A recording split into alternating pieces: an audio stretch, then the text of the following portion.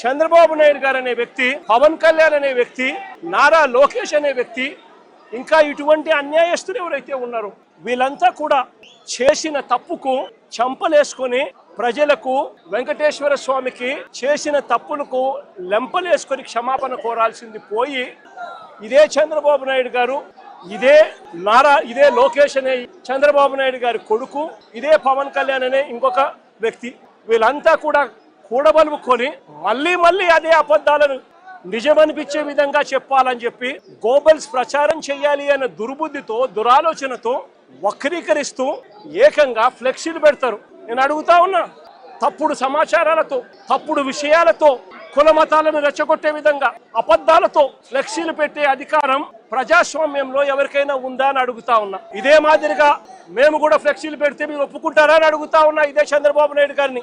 Super 6, super 7 ఎన్నికలప్పుడు మోసం చేశావు, బాండ్లు ఇచ్చావు, సూపర్ 6, సూపర్ 7 అని చెప్పి ఎన్నికలప్పుడు చెప్పావు, ఎన్నికలు అయిపోయాక మోసం చేశావు అని చెప్పి ఫ్లెక్సీలు పెడితే ఒప్పుకుంటావా చంద్రబాబు అని అడుగుతా ఉన్నా.